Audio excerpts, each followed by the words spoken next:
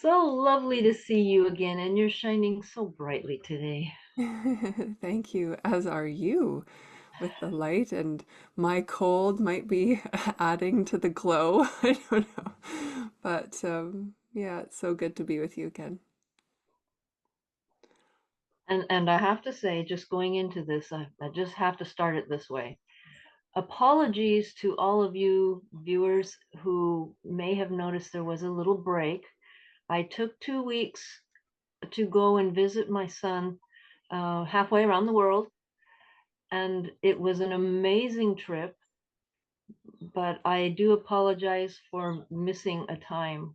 Leanne and I were trying to get together at one point, but neither one of us was quite able to do so. So I apologize to all of you. You are very important to both of us. And I want you to know that we were thinking about you, even if we weren't able to make a tape during that time. Hmm. So, Yes. what I'd like to start with today is the benefits of travel. Mm. My son is currently in Germany. Most of you know he's a Buddhist chaplain in the US military, and he is currently stationed in Germany, and he wanted me to come and see him while he was there.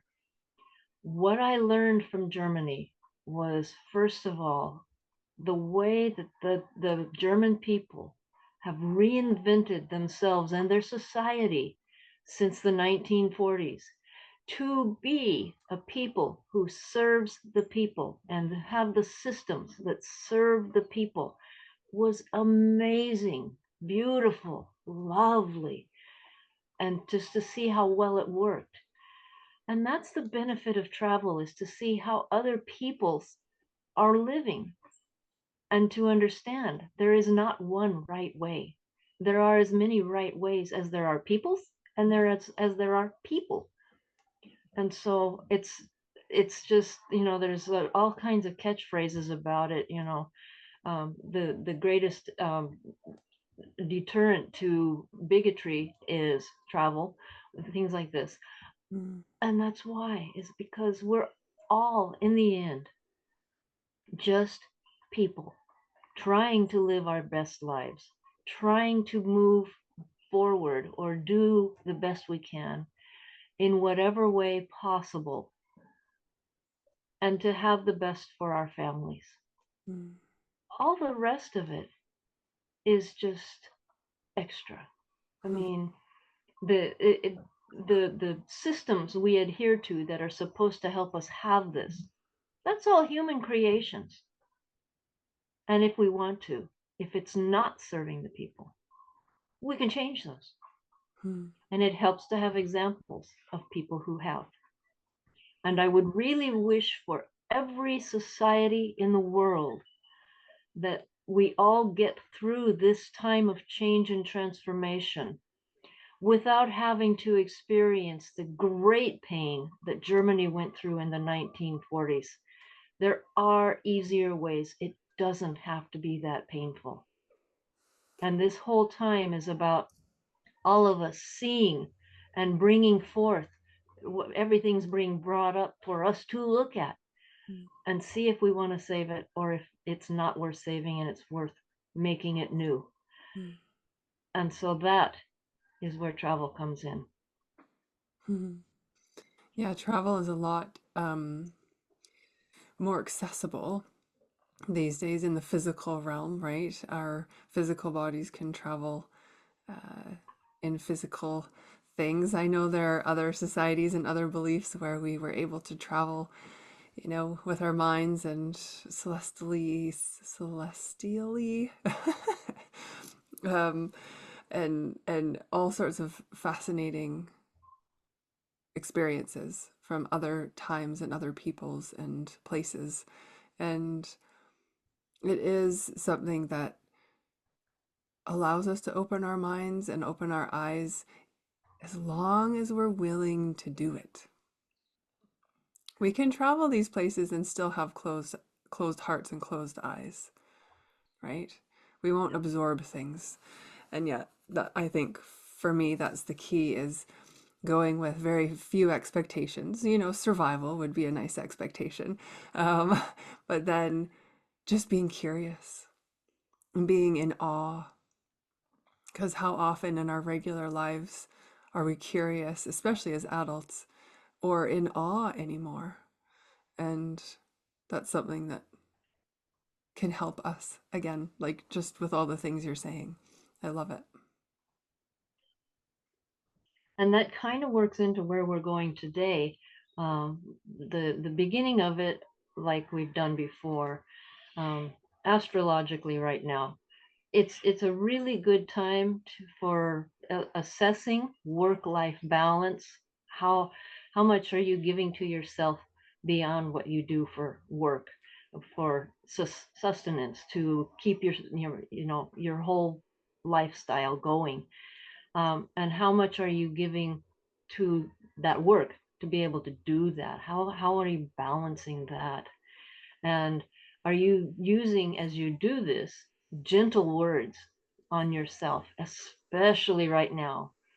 We have this wonderful energy wave coming through right now, and many of you have understood energy waves in the past. This one has been coming through in some very interesting ways. It asked me to give up, quote, some healthy foods, or at least partially give up some healthy foods. Like maybe I was eating way too much spinach, and maybe I needed to put in a little bit more fun and joy. And so now I get to have my drinks with a little bit of honey and Himalayan pink salt for the electrolytes that my body needs for the energy. And of course, this is going to come as no surprise that we are supposed to eat chocolate, which is enjoy life, have fun. That's the work-life balance.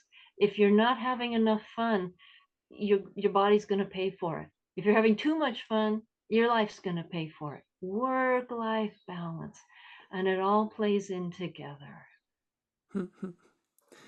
Yeah, the energy is fascinating, and I'm wondering if that's why I have a cold because the energies are like, okay, we're bombarding you and we're going to make you slow down.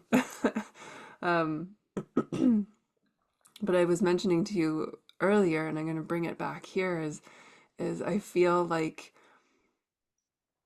what is occurring right now is reminding me of like milk separating, like fresh milk that you used to put out on the back deck in the cool, you know, well, on a farm. My mom used to do that, I guess. And it would separate, right? The cream to the top and other things would go other places. And it just, there's amongst all of the, what's the nice word here? Interesting events and feelings and mood swings for me. I'm actually getting clarity too because I'm using curiosity, to be honest, use that word again, but I'm also being kind to myself around all of it. So yeah, it's that separation of, oh, okay, that's supposed to rise to the top. Oh, okay, that's why. Which is nice because some of these pieces of clarity I've been asking for a while. So um, time will bring it forth when it's supposed to. And I'm sure many of our viewers are going through similar types of events in their lives, or feelings, emotions. I've seen it in a lot of the people that I work with coming up, Mm-hmm. uh, in various ways, because we're all individuals, but the same thing. Mm-hmm. Yeah, exactly. So how do we maintain that other than with, or how do we maintain ourselves other than with chocolate and pink Himalayan salt and honey? What do we do? First of all, what is it that each of you do that really lights you up, that you love to do? If you haven't found that, or if you've buried that somewhere so that you can spend enough time working to make ends meet, Look what that is. Whatever it is, that's what you do.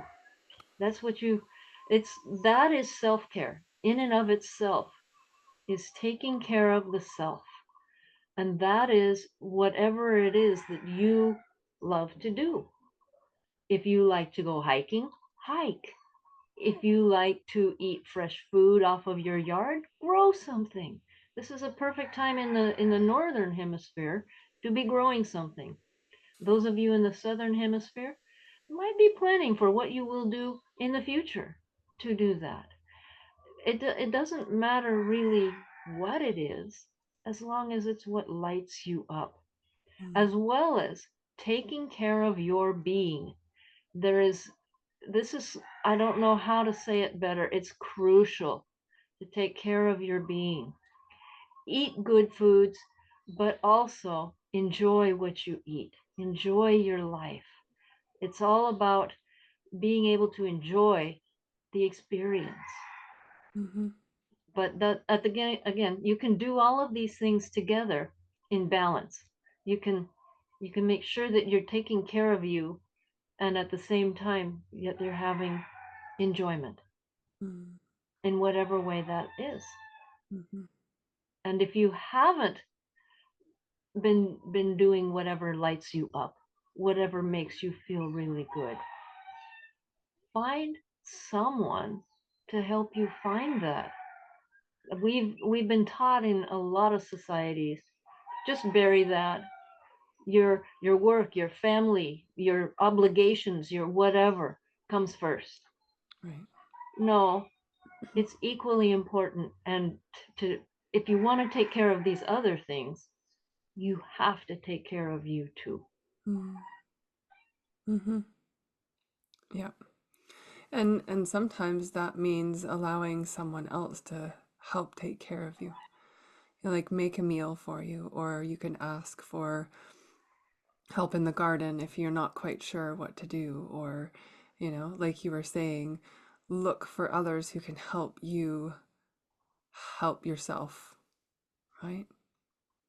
And it can also be learning to say the word no. Yeah. I know of a lot of families out there and a lot of cultures that really believe that the family and whatever the family needs, whichever members of the family need it, comes first. And Hmm. there are times when you have to say, no, that's not so. Mm, I need to, maybe I need to give up something over here. Say, let's take, for example, we'll just make up a something. Let's say you have uh, a family unit that includes grandparents, parents, and children. I know this is really common out there right now too. Uh, and the parent is supposed to take care of not only the grandparents, their parents, but also take care of the child at the same point in time. And this is a lot of work, especially if at the same time you're supposed to be supporting the family. This is like a recipe for disaster if you don't take care of yourself. So you might have to say, no, I'm sorry, I can't do that for you. mm, I need to have some time where I can do this, or, whatever it happens to be.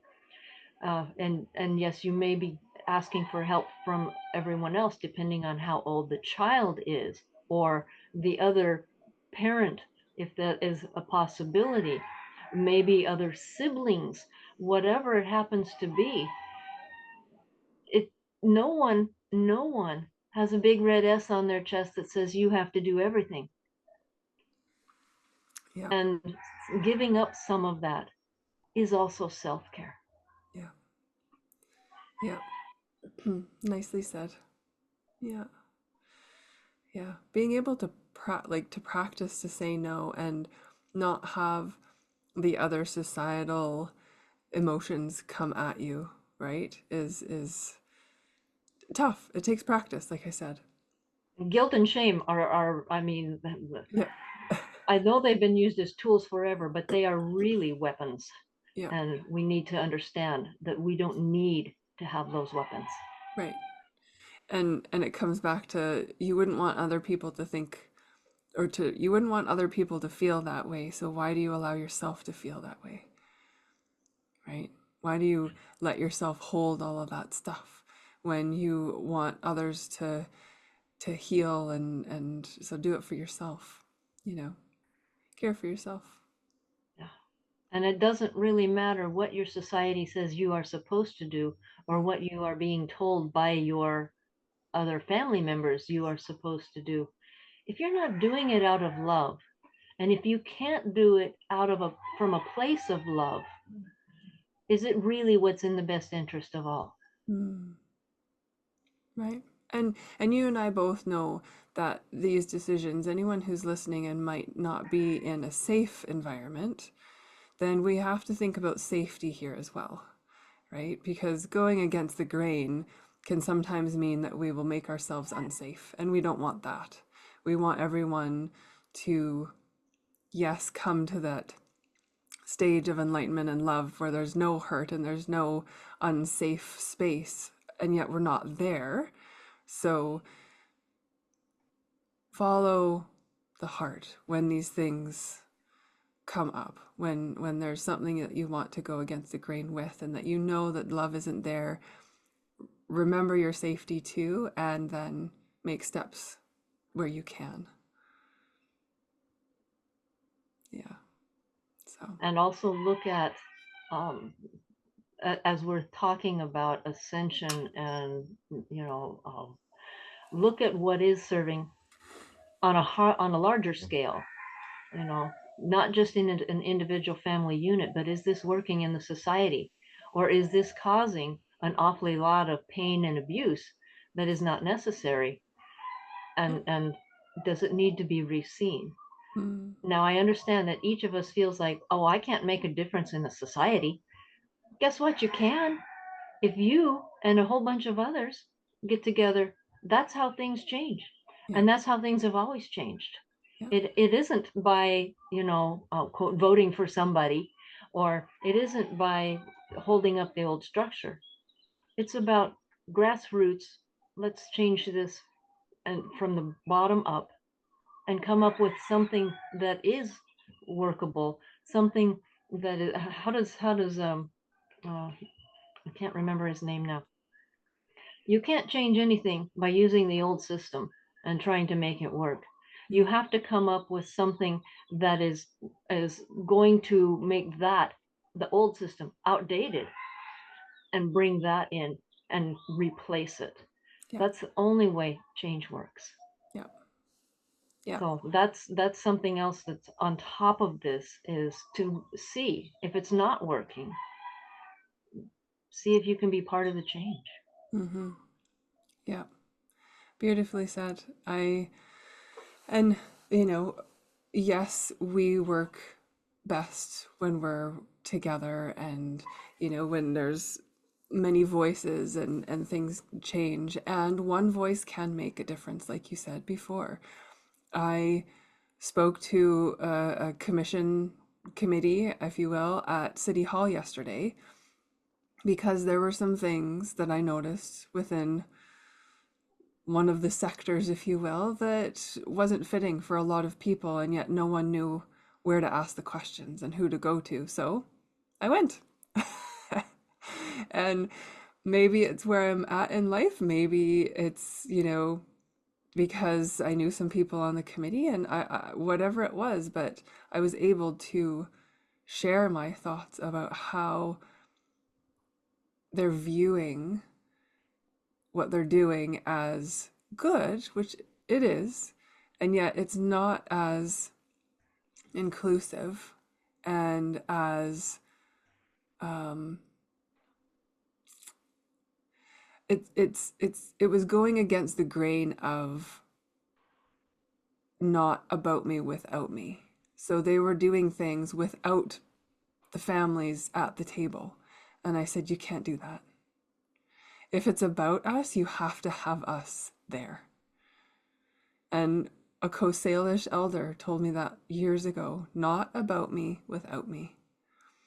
And when I talk about inclusion, it means, inclusive thought of everything. And yet we don't have to look just forward with that thought. If we're using tools and things from the past, let's use that lens of inclusion to look and sift through the past stuff so that we're not just carrying on the old, as you're talking about, but we're sifting that old stuff and going, okay, well, that's not inclusive, or that has nothing, you know, pertinent, but there are elements in there that we can take out and then utilize to so that we don't have to reinvent the wheel and we don't have to lose all of our progress, and we can bring it into the light as to where we want to go.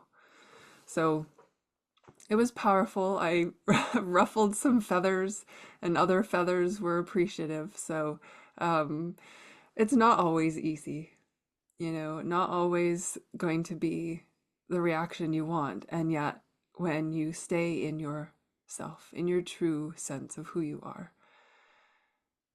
whether it has to just be in the background for a little while longer, but there will be a time. There will be safety. Yeah, and love. Yeah. Yeah. So, And that works not just on a human scale, but on a larger macro scale. Um, this is what you're talking about is a very small version of how to change timelines. In this case, in a group, right. which we can do that individually, we can do it in a group, we can do it collectively as a whole, or something even larger. Um, but and I know we've talked about changing timelines before, but I'm going to tell of an event that really brings to the forefront what changing timelines is all about. About 2 weeks before I left for Germany, I started getting these messages, and they were more like picture messages than they were word messages.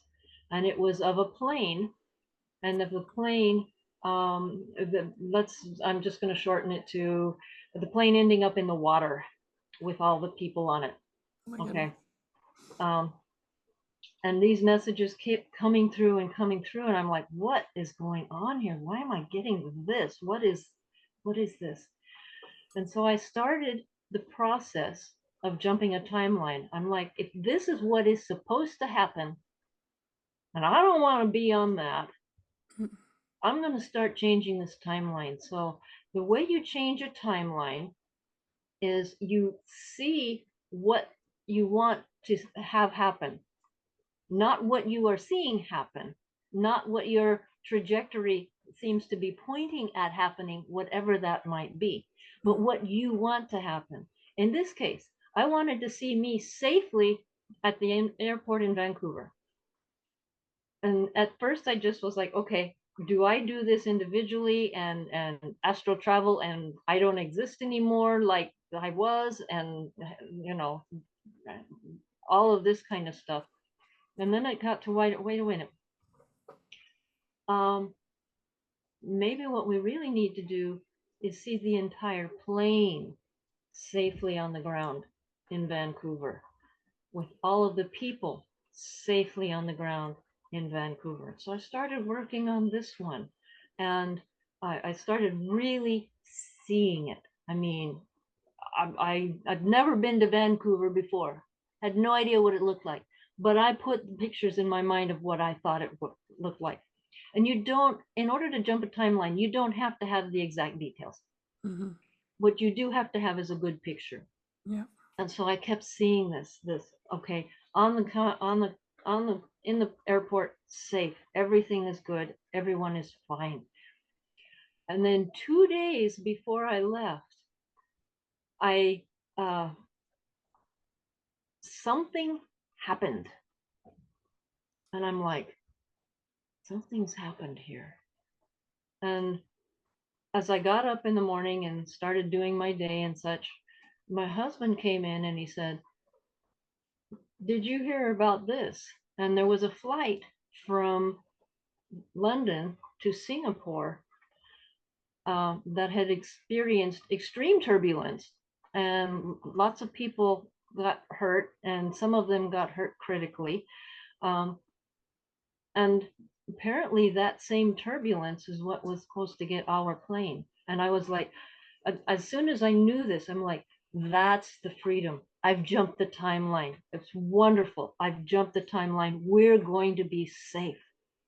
And I did immediately start seeing all of the people that were on that flight in their highest, most vibrant health and just highest joy and just giving them all the support I possibly could, because I wouldn't want to be on that timeline like they were.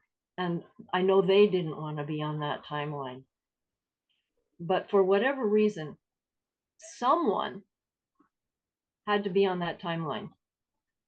Now, there's all sorts of rabbit holes that could be gone down here. We're not going to go there right now.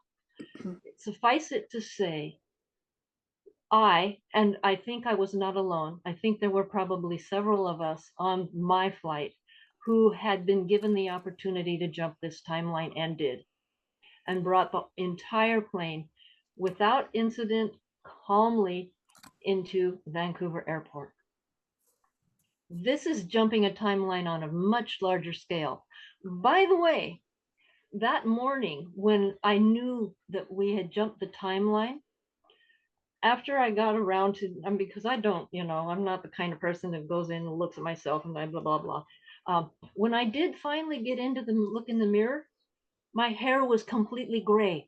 Every hair on my head was completely gray, and the skin on my face was cracked and just chapped, and I could feel it. I mean, it was like I'd been in the sun for way too long, and it had blistered, and everything was broken open. Ooh. This is what would have happened if I had been on that plane. And I know that to be true now. But I immediately started, okay, I know what this is. This is the evidence of having jumped the timeline. So I started doing what I do, and I know how to do these things. It took me the whole 2 weeks I was gone to get everything completely back to normal. But you see my hair now, it's not gray. Yeah. and it's all okay now. And we made it through everything went smoothly. All of the flights were smooth the entire time. And all the time I continued to send the support to all those people. Some of them I think are probably still in the hospital over in Bangkok. Mm. Um, but continued to send all the support I could to all these people who had to go through that so that we could have the easy flight that we wanted to. And that's when you're jumping your timelines, this could be something to think about. Another big incident of a timeline jump, and yours don't have to be this big, is Nelson Mandela, who was in prison. And lots of people knew that in the 1980s he died in prison, except that he didn't. He jumped that timeline, and he came out of prison and became the president of South Africa, and he abolished apartheid in that country. That's a pretty big timeline to jump. Mm. And there were I'm sure that there were people who were very much not pleased with the way that he jumped his timeline. The people who had been quote benefiting from apartheid probably did not like him very much. This can happen on a large scale jump, but most of us jump timelines smally. For instance, you're going along in your life and you get the opportunity to make a choice. Do I have a child? Do I not have a child? Either way, this is going to have an effect on your life, and it's going to change the trajectory of your life. Either way, this is a timeline jump. If you choose to have that child, your life changes dramatically. If you choose not to, your life probably still changes dramatically, but in a different way. Mm-hmm. This is timeline jumping. We do it all the time. And how do we do that? We see what we want. if you want, if you're a couple and you've been trying for a long time to have a baby, or if you're a single and you're getting to that point in your life where you're like, maybe I should really think about this now because I don't have that much life time left, and you see yourself with this child, okay, and you see it and you see it and you see it. The first part is see it, let it go. But again, continue to see it as already happened, already happened, already happened. Okay. And then you get to the point where now you one you or both of you, one of you, whatever, is pregnant. Now you're having this child. Life is changing. Let me tell you, life is changing. And then you have the child and your entire world. It's all about the child. It's no longer about you. And your life has changed and you have jumped that timeline. Mm. And this is the way you do it to jump a timeline in whatever form or fashion it is. A timeline jump is just you choosing a different trajectory for your life. Mm. In my case, in this one, and it was a big one, I mean, huge, but we chose to be on a safe flight instead of being on one that wasn't. Mhm. I do wish that the other people hadn't had to go through that. That's not something I can do anything about at this point, Mhm. except send them support. Mhm. So understand, even with the possible timeline of having a baby, there are going to be repercussions. There's going to be things that happen. There might be people who are not happy about it.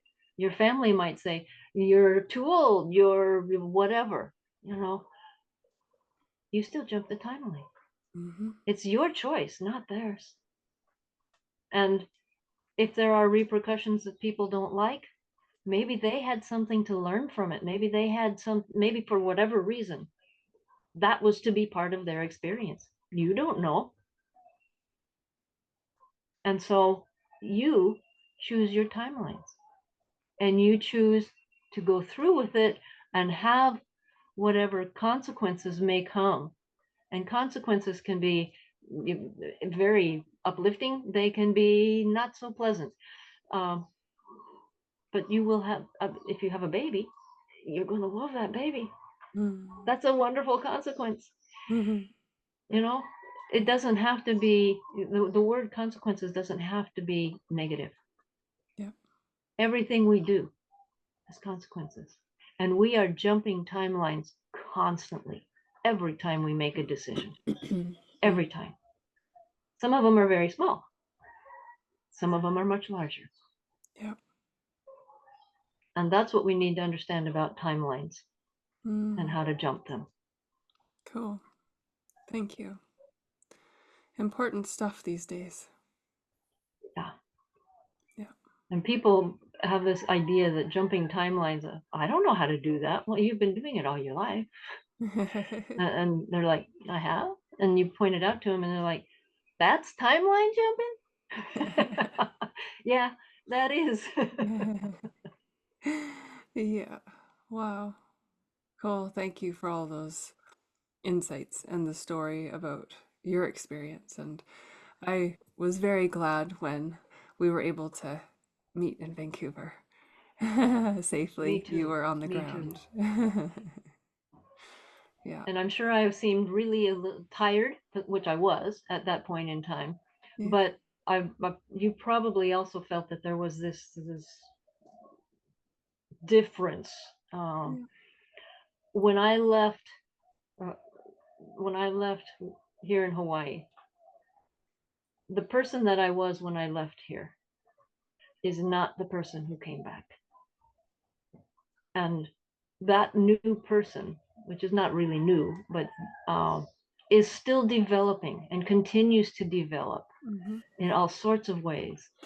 I am more confident now. I'm more self assured. I don't put up with a whole lot of people's crap. Let's just put it out there. Um, but also, I have a greater sense of the oneness of all of us. Mm-hmm.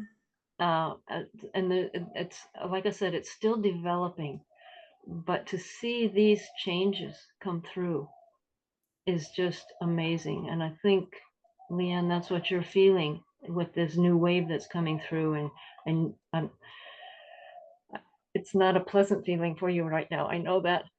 Okay. I think it's going to be good in the end, like you said. Yeah, I agree. I agree. Yeah. Yeah.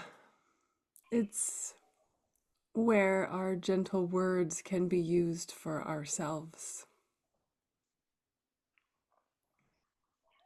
Yeah. Care and compassion. Mm. Thank you so much. This is And thank you. always so, so lovely. And this, we might have chatted a little bit longer this time because we haven't seen each other for a while, which is nice. Um, yeah. I feel compelled to just say, like, if anyone's listening and they have questions or if they have something that they're curious about and they want our thoughts, is it okay to just have them comment and underneath like the videos wherever they're watching us? Are you okay with that, Lay? Absolutely. In fact, I've had several people comment on the videos, and I will comment back and I will answer your questions. Yeah. So please, we'd love to have the comments. Yes. Yeah. We are we are here to be of service, right? We are here to share. We are here to be love and light and um, create calm, safe places, not only when we're together, but within ourselves. And hopefully, we're helping you make your own safe space. Yeah. So, yay. Thank you, my friend. Thank you, Love to you and everyone watching. and to you too, and everyone.